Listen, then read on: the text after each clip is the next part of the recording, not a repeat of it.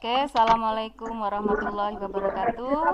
Apa kabar anak-anak hebat di seluruh Indonesia? Alhamdulillah kita berjumpa lagi dalam kegiatan Guru Mengajar untuk Nusantara. Pada kali ini eh, materi yang akan disampaikan adalah materi IPS kelas 7 tentang kondisi masyarakat Indonesia pada masa Islam. Nah, saya yakin anak-anak masih tetap semangat dalam kondisi pandemik COVID-19 ini ya. Saya kira juga global dimanapun anak-anak berada, semua dalam kondisi sedang lockdown mungkin, tapi Bu yakin kalian semua dalam keadaan tetap semangat untuk mengikuti pembelajaran lewat FCC pada kali ini. Nah, anak-anak, sebelum dimulai pembelajarannya, saya akan memberitahukan beberapa hal yang harus kalian, beberapa peraturan ya yang harus ditaati pada saat ini. Yang pertama, nanti semua mic akan saya matikan dan akan saya hidupkan kembali kalau Bu Jatuh sudah memberikan waktu untuk bertanya. Jadi tolong selama pada waktu Bu Jatuh memberikan materi, nanti anak-anak tolong jangan hidupkan mic. Seperti itu ya sayangku. Nah, baiklah, materi pada kali ini akan disampaikan oleh Ibu Jatuh Prahmawati. Beliau berasal dari SMPN 2 Klaten. Begitu nggih Bu nggih? Nah, SMP 3 Klaten, Ibu. SMP 3 Klaten, maaf Ibu, dari SMP 3 Klaten. Dan materi dan materi kali ini adalah tentang kondisi masyarakat Indonesia pada masa Islam, yaitu materi pelajaran IPS kelas 7 semester genap. Anak-anakku, anak-anak hebat Indonesia, gimana? Siap ya? Baiklah, kita mulai saja materi pada kali ini. Monggo Bu Jatuh, saya persilahkan. Baik, terima kasih kepada Ibu Tiwu Ari Nursiani yang telah memberikan waktunya. Selamat pagi Bapak Ibu guru hebat pemerhati pendidikan di seluruh Nusantara. Selamat pagi pula anak-anakku yang tercinta di seluruh Nusantara. Selamat bertemu kembali pada acara Gumun Guru Nusantara untuk Mengajar pada hari Senin 4 Mei 2020. Pada kesempatan kali ini saya perkenalkan dulu, saya Jatuh Prahmawati dari SMP Negeri 3 Klaten yang akan sedikit berbagi mengenai kondisi masyarakat Indonesia pada masa Islam. Ini merupakan materi kelas 7 semester genap. Nah, baiklah, perkenankan saya menunaikan tugas pada pagi hari ini. Sungguh kesempatan yang sangat luar biasa bagi saya dapat berjumpa online pada pagi hari ini untuk sedikit mengatasi kerinduan saya pada pembelajaran di dalam kelas. Ya, baiklah. Langsung saja pada materi tersebut ya. Nah, ini acara kita, Gumun. Gumun itu adalah guru mengajar untuk Nusantara. Pada kesempatan kali ini, saya ditemani Bu Tiwu Ari Nursiani dari SMP 2 Mayang. Jauh ini dari Jepara, ya Bu, kalau tidak salah. Jember, Bu. Ya, baiklah. Dari SMP 2 Mayang. Nggih, dari Mayang itu di Jember, Bu, di perbatasan sama Banyuwangi. Oh, iya. Jauh sekali. Saya kira yang di Jepara itu. Baiklah, nggih. Jember. Baik, dari Jember Jawa Timur jauh sekali. Nah, tapi dengan semangat, dengan penuh dedikasi, berkenan untuk menunaikan panggilan hati kepada anak-anak semuanya. Baik. Langsung saja ya, ini saya dan kontak HP saya. Silakan nanti jika ada hal-hal yang ingin ditanyakan atau komunikasi lebih lanjut di sini 0813 2662 9345. Baik, silakan kalian saksikan video berikut ini. Videonya jalan buatan Bu. Cek ya, jalan. Sudah ya. Jalan Bu, jalan.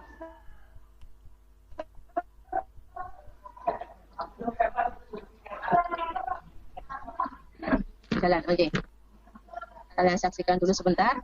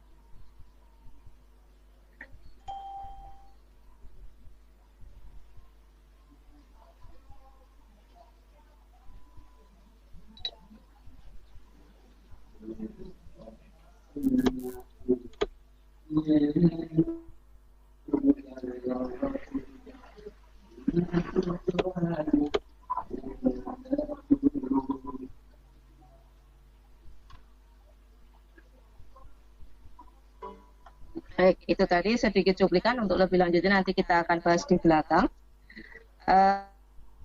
Pada kesempatan kali ini saya akan menjelaskan mengenai yang pertama awal masuknya Islam, kemudian yang kedua saluran islamisasi Islam di Indonesia, kemudian yang ketiga kerajaan Islam di Indonesia, dan yang keempat kebudayaan peninggalan Islam di Nusantara. Baik, yang pertama dari teori masuknya terlebih dahulu. Teori masuknya Islam di Indonesia ada 3. Yang pertama itu teori Arab. Di situ menyatakan, di sini didukung oleh Hamka dan kemudian di situ menyatakan bahwa Islam sudah memasuki Indonesia sejak abad mulai. Di situ dibuktikan dengan adanya perkampungan Islam di pantai barat Sumatera dan melihat nama gelar-gelar Raja Pasai yang sama seperti dengan nama Sultan di Arab.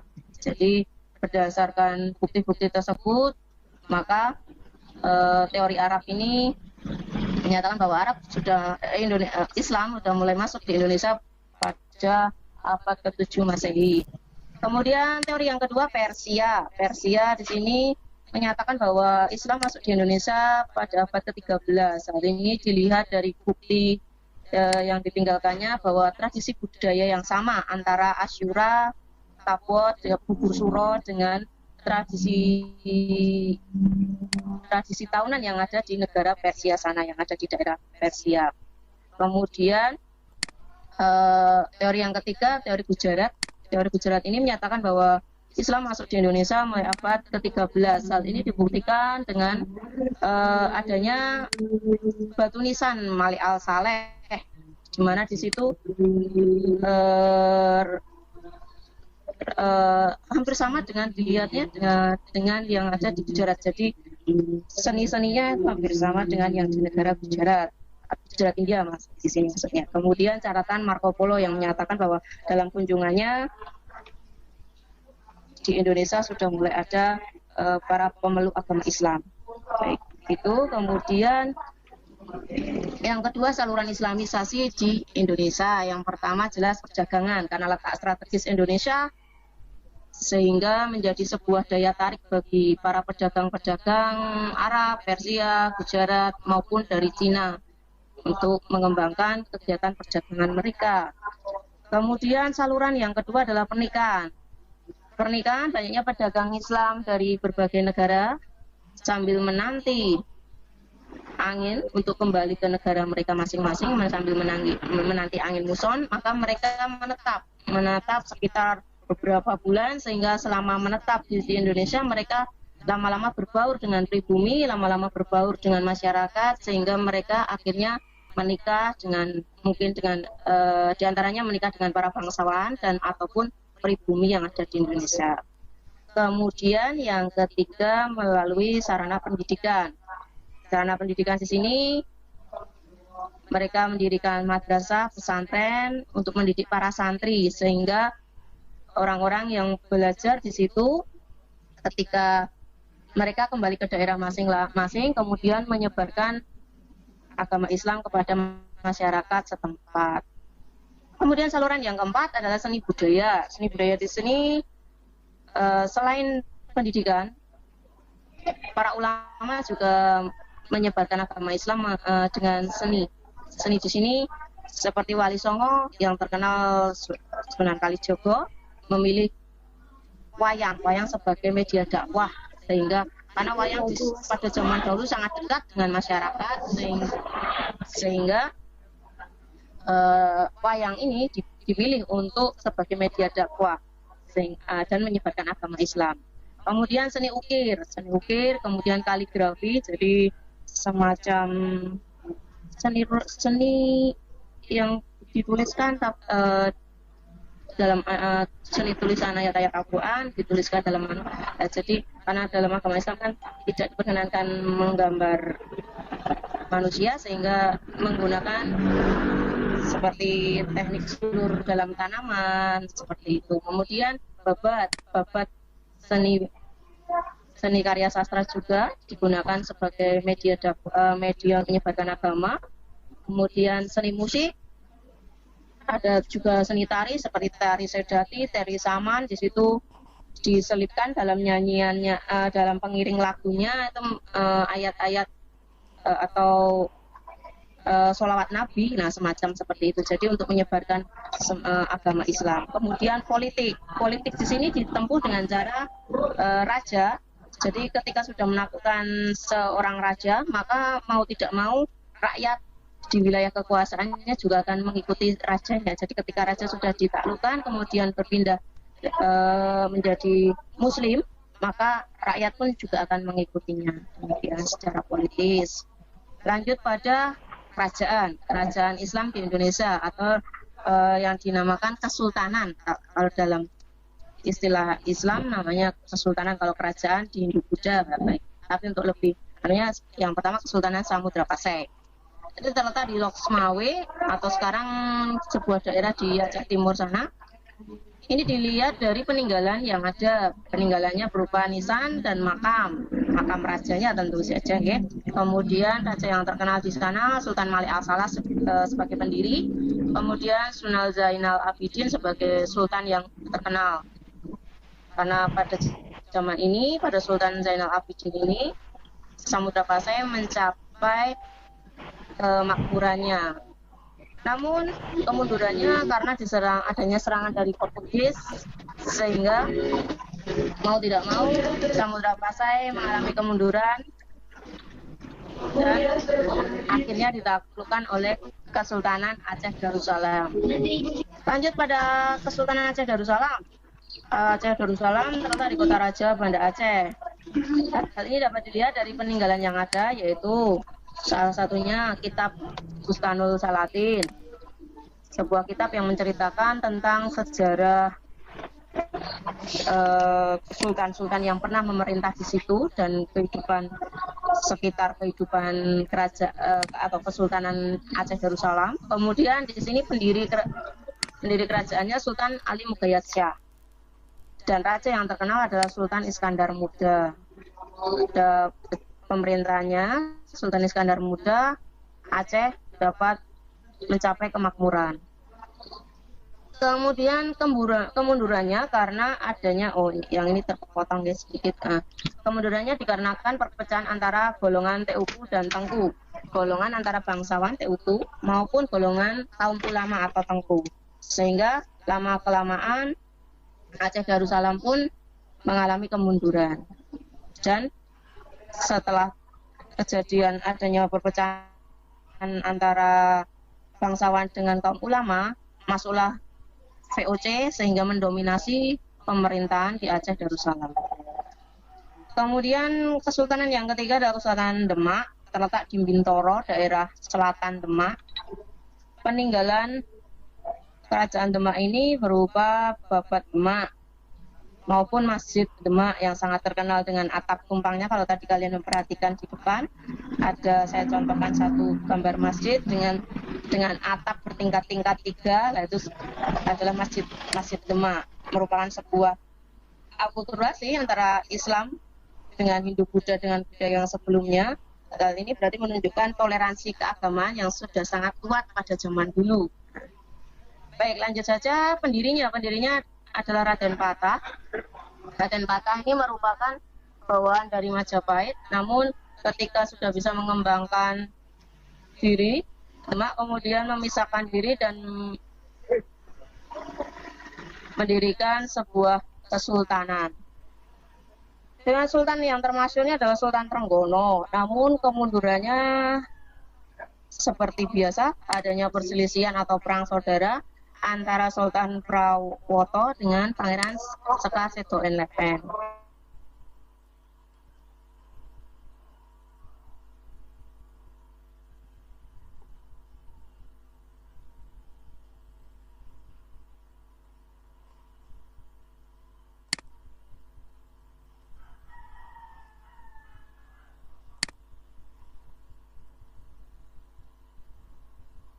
Ada Gabra, dan yang terkenal lainnya adalah Babat Mataram. Kabupaten Mataram. Baik, pendirinya di sini adalah Ki Ageng Komanan dan Sultan yang terkenalnya adalah Sultan Agung. Kemunduran kerajaan Kesultanan Mataram ini dikarenakan adanya sama karena ada campur tangan VOC juga, sehingga menyebabkan pecahnya Kesultanan Yogyakarta dan Kesunanan Surakarta dengan ditandai adanya perjanjian Giyanti pada tahun 1755. Kemudian yang berikutnya adalah Banten, pendirinya adalah Fathahillah dan yang termasuk adalah Sultan Agung Tirtayasa. Peninggalannya ada Masjid Banten, sama seperti Masjid Demak, mempunyai tumpang juga dan menunjukkan sebuah toleransi keagamaan yang sangat kuat. Namun bedanya kalau Banten atap tumpangnya hanya berjumlah 2, kalau Demak ada 3 atap tumpangnya, jadi bertingkat-tingkat 3, kalau Banten 2. Kemudian kemundurannya karena adanya perselisihan antara Sultan Ageng dengan Sultan Haji, sehingga lama-kelamaan karena ada campur tangan VOC, Banten pun juga mengalami kemunduran. Kemudian Kesultanan Makassar berawal dari Gorontalo, kemudian berubah atau berganti menjadi kesultanan, mereka menganut Muslim, menjadi penganut agama Islam. Kemudian berubah menjadi Kerajaan Makassar yang terkenal rajanya adalah Sultan Hasanuddin. Hampir sama karena di sini sudah periode masuknya VOC di Indonesia, sudah mulai imperialisme Belanda. Duranya juga karena ada perselisihan perang saudara antara Sultan Hasanuddin dengan Arupalaka hingga mau Kesultanan kemunduran. Kemudian yang berikutnya adalah Ternate dan Tidore dari persekutuan dagang diketuai oleh Ternate dan oleh Siwa Tidore dengan raja yang terkenal adalah Raja Ba'abula. Di situ terkenal karena beliau Raja Ba'abula ini berhasil mengusir Portugis dari Maluku, sehingga kerajaan Ternate Tidore dapat mengalami atau merasakan sebuah kemerdekaan, meskipun ya tidak berlangsung lama karena peran VOC dan kemudian berlanjut lagi di Indonesia. Selanjutnya adalah Kesultanan Banjar, terletak di Kalimantan Selatan. Kita dapat mengetahui dari peninggalan yang ada berupa Hikayat Banjar dan Kitab Sabil Al-Mutahdin. Pendirinya adalah Sultan Suryanullah. Namun sayangnya tidak diceritakan, tidak ada sumber sejarah yang menceritakan tentang kemasyuran atau kemakmuran kerajaan Banjar ini. Namun kemundurannya di situ karena adanya campur tangan VOC juga, sehingga lama-kelamaan Kesultanan Banjar dihapuskan. Namun dalam Kesultanan Banjar ini terdapat sosok pahlawan yang sangat kita kagumi. Di situ ada Pangeran Antasari, sangat terkenal dalam melawan VOC di Indonesia. Baik, inilah peninggalan di Indonesia. Bahasan kita yang terakhir, peninggalan Islam di Nusantara. Yang pertama adalah masjid. Di situ ada salah satu gambar. Ini saya gambarkan di sini adalah Masjid Demak. Masjid Demak, kita lihat ada menaranya. Kemudian ini yang sangat menarik, ini atapnya dari masjid ini berbentuk tumpang, bertingkat-tingkat. Nah, hal ini hampir sama dengan bangunan candi. Nah, jadi bertingkat-tingkat atau istilahnya dinamakan atap tumpang. Di situ ada tiga tingkat. Kemudian keraton kalian masih bisa mengunjungi. Yang di Jawa Tengah ada Surakarta, ada Yogyakarta, kemudian yang di Jawa Barat ada Cirebon, ada Banten, dan di Kalimantan pun juga masih ada bekas-bekas peninggalannya, keratonnya. Kemudian makam di sini pengaruh Islamnya kita bisa lihat di jidat. Jadi tiang-tiang makam, itu namanya jidat. Kemudian nisan itu semacam penanda yang ditaruh di atas kuburan makamnya itu. nisan yang biasanya menunjukkan identitas orang yang meninggal. Kemudian cungkup itu bagian atas yang untuk dalam istilah Jawa ngayomi, memayungi ya, jadi berbentuk seperti rumah yang untuk memayungi makam tersebut. Kemudian ada kaligrafi di sini, kita bisa lihat nomor 2 dari gambar tersebut atau nomor 1 dari pojok kanan. Kemudian kaligrafi sudah ya, babat. Nah, babat di sini ada babat Tanah Jawi, babat Mataram dan lain-lainnya. Biasanya menceritakan mengenai raja-raja yang pernah silsilah raja-raja yang pernah memerintah. Bahkan di babat Tanah Jawi itu diceritakan dari silsilah Nabi Adam sampai penguasa Mataram Islam. Jadi itu diceritakan secara lengkap bagaimana silsilahnya. Nah, kemudian hikayat. Jadi ada hikayat Hang Tua, kemudian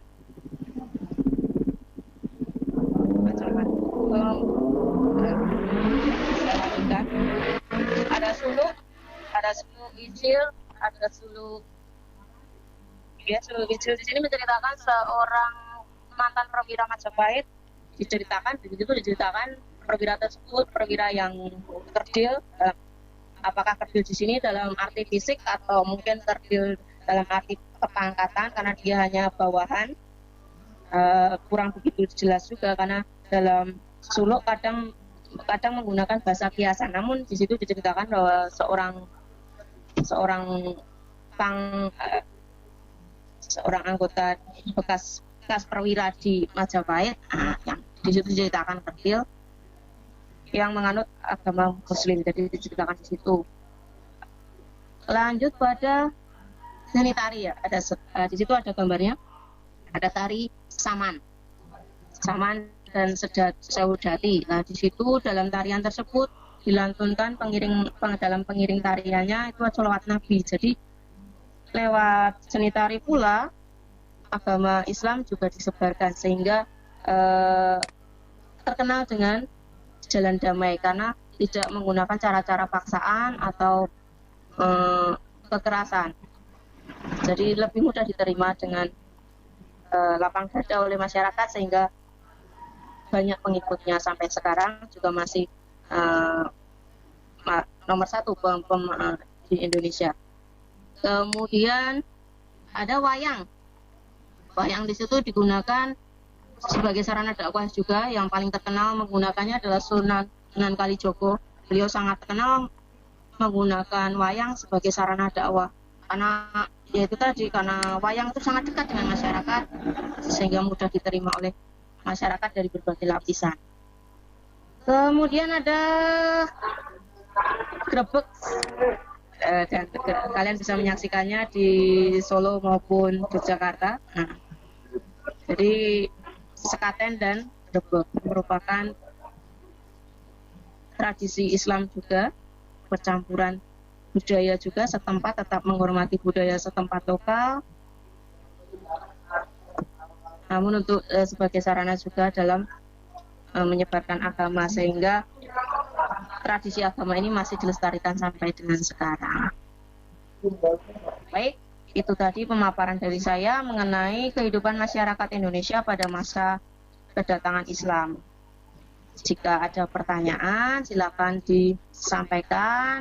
Di sini ada beberapa alamat media sosial saya, ada email, WA, Facebook, maupun nanti rekaman ini juga akan saya upload di YouTube. Jadi nanti jika ada yang ketinggalan secara streaming, secara live-nya, nanti bisa mengikuti siarannya.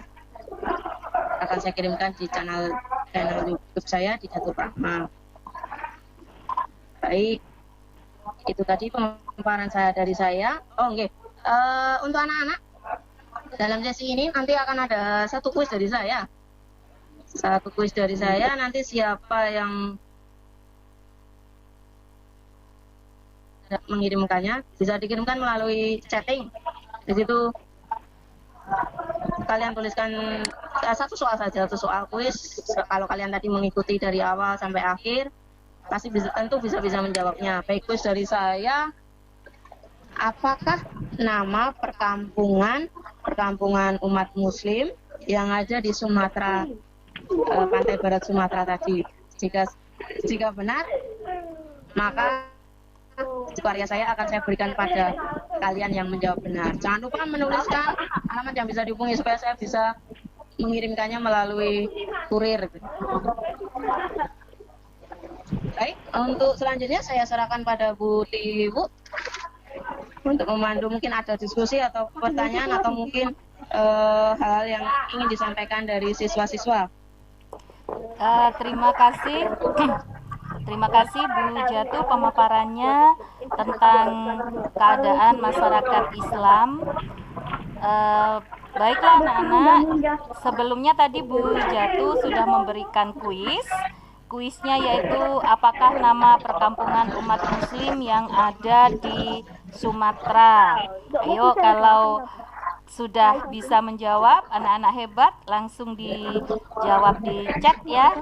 Nanti Bu Tiwu atau Bu Jatuh akan membacakan jawaban kalian. Atau mungkin sebelum kalian menjawab sambil kalian menjawab, kalian boleh menyalakan mic-nya sudah, terus kemudian bisa bertanya langsung kepada Bu Jatuh tentang materi yang sudah Bu Jatuh presentasikan tadi. Ayo silakan ayo. Kalian boleh menyalakan mic-nya sendiri, kemudian langsung bertanya kepada Bu Jatuh.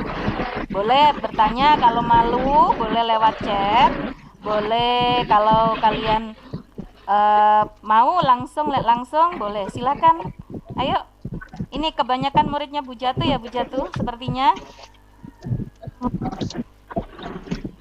Ada beberapa seperti Angger. Itu ya murid saya. Ayo monggo silakan Mas Rafael mau bertanya. Oh ya, Rafael juga. Ya silakan Mas Rafael.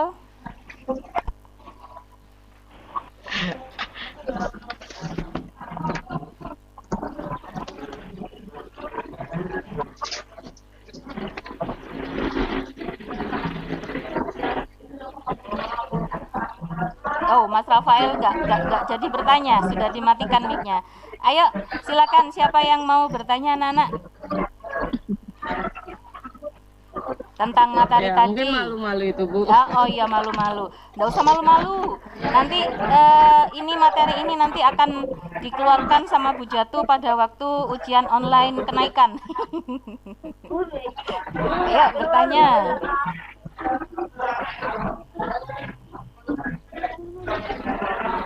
Yuk, monggo silakan yang mau bertanya. Mbak Salwa mungkin. Ini ada siapa ya, Mbak Mama Dita, Mbak Dita, atau siapa ini? Mas Dava, Mbak Melia, atau Mbak Olivia, Mbak Salsa. Silakan kalau mau bertanya nak, boleh lewat chat, boleh juga lewat langsung. Atau mungkin sudah saya awali tanya aja dulu. Saya juga tertarik ini Bu Jatuh. Saya senang sebetulnya sejarah itu karena seperti yang dikatakan oleh presiden kita pertama itu jas merah ya Bu Jatuh, jangan sekali-sekali melupakan sejarah. Nah Bu Jatuh saya tanya ini tadi kan sudah ada 3 teori masuknya Islam ke Indonesia ya, ada teori Gujarat, Arab sama Persia. Nah setahu saya juga ada penyebaran agama Islam yang dilakukan oleh tentara Tionghoa yang pada waktu itu dipimpin oleh Laksamana Cheng Ho. Apakah itu juga termasuk Bu Jatuh ya? Termasuk dalam apa ya? Termasuk dalam penyebaran Islam juga. Terus kenapa kok tidak dimasukkan ke dalam teori penyebaran Islam di Indonesia? Ya, oke. Baik, ada lanjutannya? Ya itu aja sudah dulu Bu Jatuh. Soalnya kan saya tahunya di Tuban ya, di Tuban mendarat pertama selain pasukan Mongol yang dipimpin oleh Kubilai Khan pada waktu itu, terus juga ada pasukan Laksamana Cheng Ho. Pasukan Laksamana Cheng Ho yang sejauh yang saya ketahui adalah beragama Islam, dan dia juga mendarat di pantai utara Tuban, kemudian dia menyebarkan juga agama Islam. Nah, kenapa itu tidak dimasukkan ke dalam teori penyebaran Islam di Indonesia seperti itu? Oke, Bu Jatuh, terima kasih. Dan anak-anak mungkin nanti ya nyambung ya pertanyaannya ya. Baik, terima kasih. Iya, nyambung. Jadi gini, mengapa di dalam buku-buku, bahkan di buku istilahnya buku babonnya sejarah pun juga tidak dituliskan peran Muslim Cina dalam penyebaran Islam di Nusantara? Sebenarnya ada. Jadi peran etnis Cina, saya katakan peran etnis Cina dalam penyebaran Islam di Nusantara itu ada, apalagi dengan bukti bangunannya saja masih ada dan masih bisa kita kunjungi, contohnya di Sampokong nih. Nah, Sampokong meskipun di situ tertulisnya kuil Sampokong, namun jika dilihat dari sejarahnya itu merupakan bukti kedatangan dari Laksamana Cheng Ho sendiri yang tadi sudah Ibu katakan. Memang betul beliau adalah Muslim Tionghoa yang hidup sekitar abad 15, kemudian dia sudah mengarungi 30 negara di Asia, salah satunya juga singgah di Indonesia. Jadi bersama dengan armadanya berkunjung awalnya di Samudra Pasai, kemudian menyusur di pantai utara Jawa hingga akhirnya sampai pada di daerah Jawa bagian utara. Nah, di situ juga mempunyai peran juga menyebarkan agama, bahkan di situ juga beliau sampai mendirikan sebuah bangunan yang unik juga. Jadi bangunannya Cina dengan seperti peradaban di Cina juga, namun beliau yang mendirikan adalah seorang Muslim, jadi Muslim Cina. Unik juga mengapa tidak tercatat dalam sejarah Indonesia, namun tidak menutup kemungkinan ada, dan jelas ada, memang peninggalannya juga ada dan yang bisa membuktikan itu. Namun sayangnya catatan dalam buku sejarah itu sangat minim sekali, namun tidak menutup kemungkinan jelas ada. Bahkan Laksamana Cheng Ho sendiri menolak kembali bersama rombongannya untuk kembali ke Cina karena ingin menetap di Nusantara, bahkan sampai membangun nah itu kita bisa lihat di Sampokong itu. Nah, itu salah satu bukti adanya peran Muslim Cina dalam menyebarkan agama Islam di Nusantara.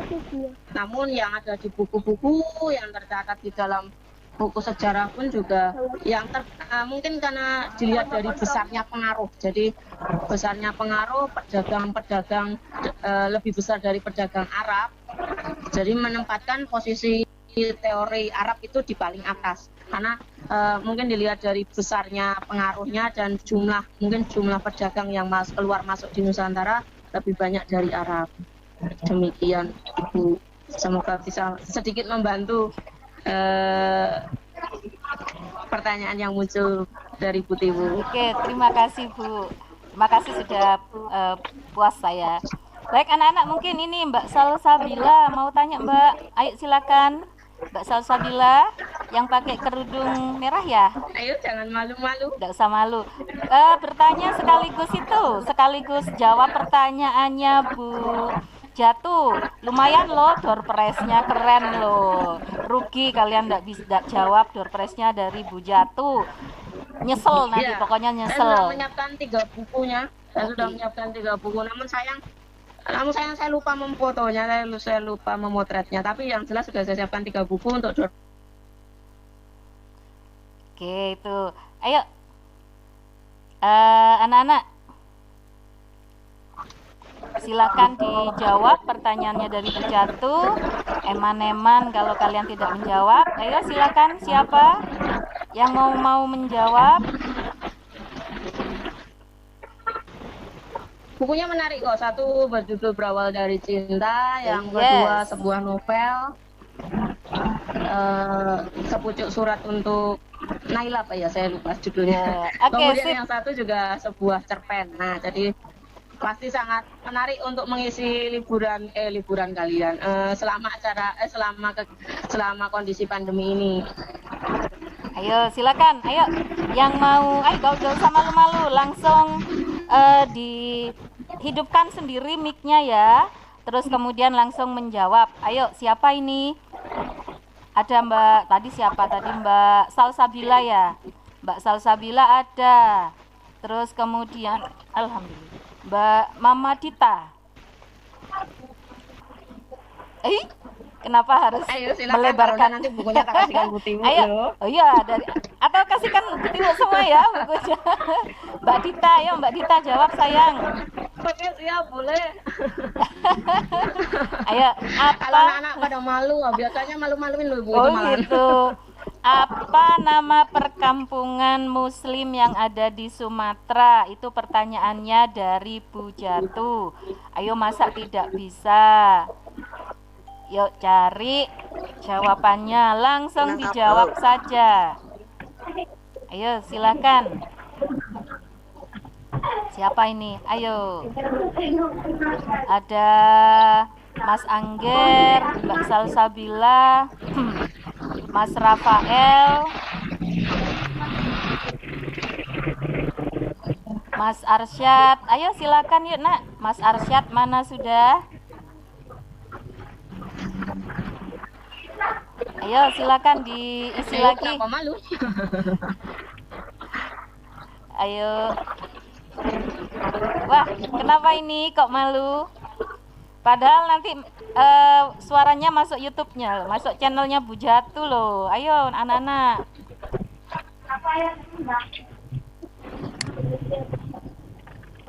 Mas Rafael Bima menjawab Minangkabau, Bu Jatu. Ini yang baru pertama Mas Rafael malu-malu. Mungkin bisa dicoba lagi, belum tepat. Oh, belum tepat Mas Rafael. Belum tepat. Bisa, boleh ada kesempatan kedua. Oh, belum tepat. Ada kesempatan yang kedua, yang lainnya. Silakan dicoba. Mas Dava, jawabannya Aceh, Bu. Aceh ya, itu kesultanannya. Aceh Darussalam memang pernah ada, tapi bukan nama perkampungannya ya. Nama perkampungan ya anak-anak hebat. Nama perkampungan Muslim di Sumatera itu namanya apa? Kalau Aceh tadi katanya Bu Jati itu adalah nama kesultanan, kesultanan Islam. Saya juga baru tahu ini kalau ternyata kesultanan itu, iya, ternyata kalau kesultanan itu backgroundnya Islam tuh saya baru tahu. Ayo siapa? Oh, ya. Kalau untuk kerajaan kan untuk istilah pada zaman Ibu Buddha. Iya.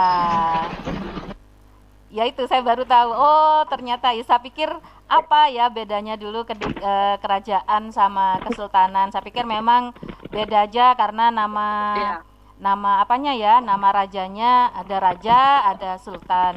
Tapi kalau itu Bu, kalau yang di Jogja Bu, Sultan Hamengkubuwono Bu, itu gimana Bu?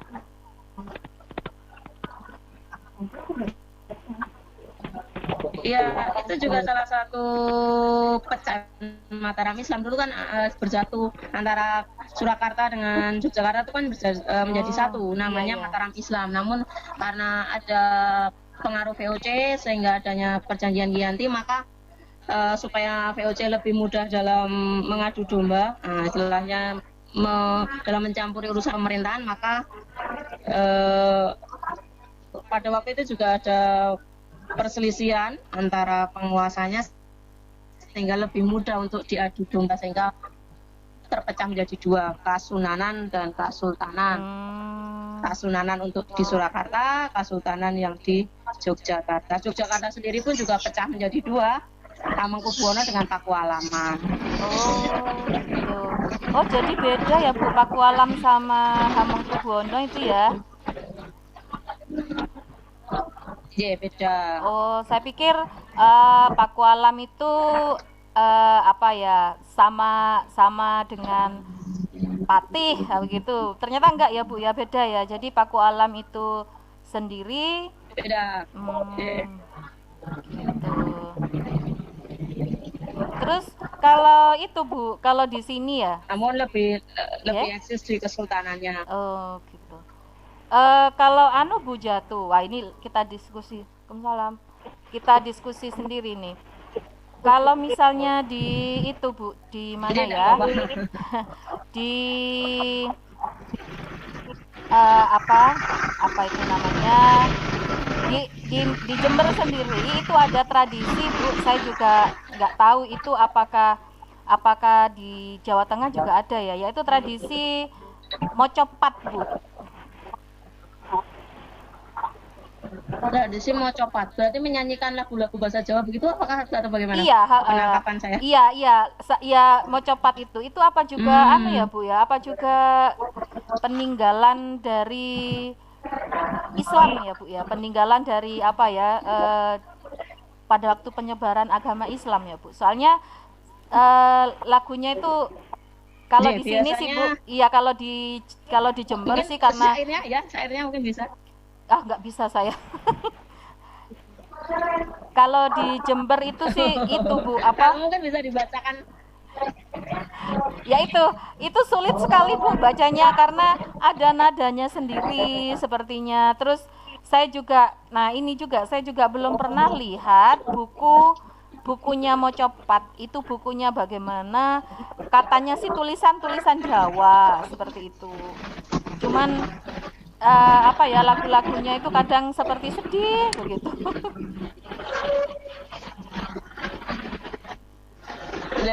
Mocopat di sini biasanya memang sudah tradisi lokal zaman dulu sebelum kedatangan Islam di Indonesia. Namun setelah kedatangan Islam di Indonesia, para ulama itu biasanya menyesuaikan diri dengan mengganti liriknya. Jadi mengganti liriknya untuk tujuan menyebar atau berdakwah, jadi menyebarkan hal kebaikan semacam itu. Jadi biasanya lagu-lagu mocopat itu selalu ada hikmah yang bisa ditarik di makna di balik syair-syair lagu tersebut, karena memang tujuannya untuk mengajarkan sebuah kebaikan. Iya Bu Jatuh, ini sudah ada 3 anak-anak hebat yang sudah menjawab, yaitu Nadia Artali menjawab Kampung Barus atau disebut Nadia Kampung Artalis. Fansur, Nadia Artali. Nah, kemudian yang kedua Dava Faris. Oh ya, itu yang pertama ya Bu? Ya, yang pertama Nadia Artali, kemudian yang kedua Davaris Kampung Barus, jawabannya begitu. Terus kemudian 1122 Melia Kampung Barus Bu, seperti itu. Maaf Bu, yang pertama menjawab itu Angger Radi Bu. Angger Radi jawabannya Perkampungan Barus, kemudian Nadia Artali Kampung Barus, Davaris yang ketiga Kampung Barus, kemudian Melia Kampung Barus, kemudian Salwa Nafis Kampung Barus. Itu sudah ada 5 yang menjawab Bu Jatuh. Gimana Bu Jatuh, benar? Baik, jawabannya benar semua, namun saya minta karena ini tadi saya juga memperhitungkan kecepatannya, maksudnya yang tercepat juga tepat dan cepat, maka 3 yang tercepat itu yang akan saya kirimkan bukunya. Berarti Angger, Nadia. Berarti siapa saja Bu yang 3 tercepat? Yang pertama Nadia. Angger yang menjawab, kemudian yang kedua Nadia, yang ketiga Dava. Ya. Udah. Terus yang keempat tadi itu Melia. Akan segera saya kirimkan buku tersebut. Asik. Ya, nanti Angger. 3 saja Bu. Halo? Halo? Oke, 3 saja. Angger, Nadia dan Dava. Oke, nanti akan saya kirimkan. Oke. Itu siswa saya semua Bu. Alhamdulillah. Nanti Mas Angger. Silakan chat ke Bu Jatuh ya. Ya, nanti Mas Angger, Mbak Nadia sama Mbak Mas Dava langsung japri Bu Jatu secepatnya 1 kali 24 jam. Lebih dari itu hangus dikirim ke Jember sama Bu Jatu ya. Baik. Oke, siap Bu. Anak-anak hebat, monggo ada lagi yang mau bertanya? Selamat datang, tadi ada Pak Waho.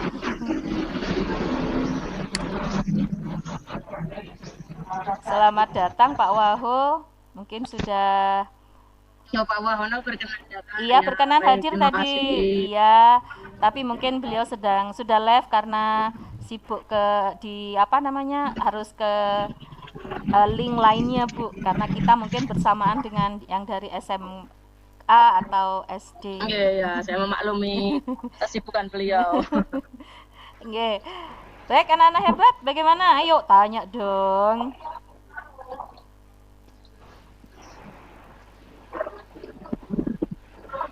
Sudah tidak ada pertanyaan lagi.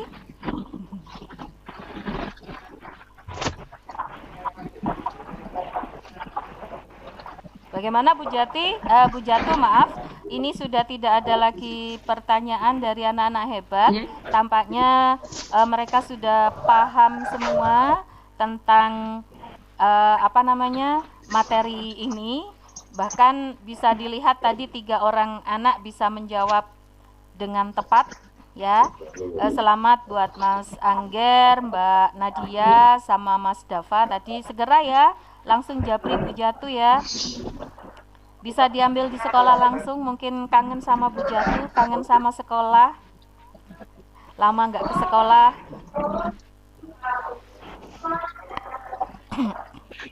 Iya Bu. Bagaimana? Melihat wajah-wajah mereka itu.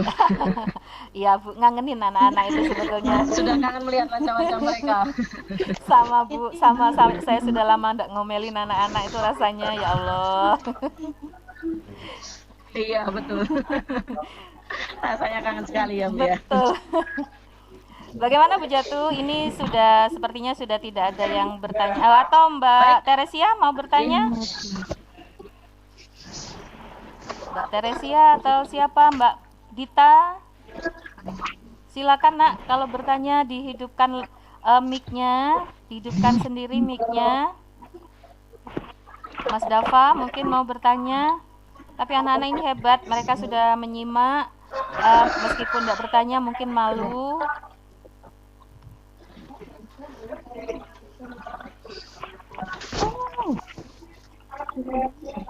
Saya lihat di chat, tapi di chat sepertinya tidak ada lagi pertanyaan, tidak ada lagi komentar.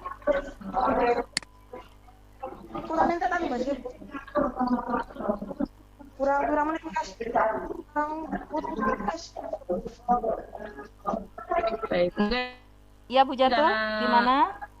Untuk menghemat waktu juga Bu, tinggal 7 menit berjalan, tinggal 7 menit. Bagaimana kalau kita tutup pertemuan pada pagi hari ini? Sepertinya sudah tidak ada diskusi lagi. Oke, baiklah Bu Jatu. Baik, terima kasih sebelumnya kepada Bu Jatu yang sudah memberikan materi tentang Islam, tentang keadaan masyarakat Islam di Nusantara pada waktu penyebaran agama Islam. Sudah dijelaskan dengan gamblang di sana. Mudah-mudahan apa yang telah Bu Jatu berikan, paparkan dalam materi tersebut bisa menambah wawasan kita, bisa menambah ilmu kita tentang sejarah, seperti yang pernah dikatakan oleh Bapak Presiden kita yang pertama, Bapak Insinyur Soekarno. Beliau mengatakan adalah jas merah. Jangan sekali-sekali melupakan sejarah, karena dengan sejarah kita bisa maju ke depan, dengan sejarah kita bisa belajar apa yang harus kita lakukan, apa yang harus kita jauhi. Baiklah anak-anak, terima kasih yang sudah hadir dalam acara Gumun pada hari ini, Guru Mengajar untuk Nusantara. Terima kasih kepada Pak Wahono yang sudah berkenan hadir dan juga yang sudah memotivasi dan menyemangati kita untuk memberikan kontribusi kepada pendidikan di Indonesia di tengah pandemi pandemi COVID-19. Dan juga pada Bu Jatuh, kepada anak-anak hebat, selamat Hari Pendidikan Nasional ya. Semoga kedepannya pendidikan kita akan lebih maju, pendidikan kita akan lebih memunculkan generasi-generasi yang berkarakter, generasi-generasi emas nanti. Baiklah, terima kasih sekali lagi kepada Bu Jatuh sebagai pemateri, dan insya Allah kita akan berjumpa lagi di lain kesempatan. Baiklah anak-anak hebat, saya akhiri acara ini, pembelajaran pada kali ini dengan mengucapkan wabillahi taufiq wal hidayah. Wassalamualaikum warahmatullahi wabarakatuh.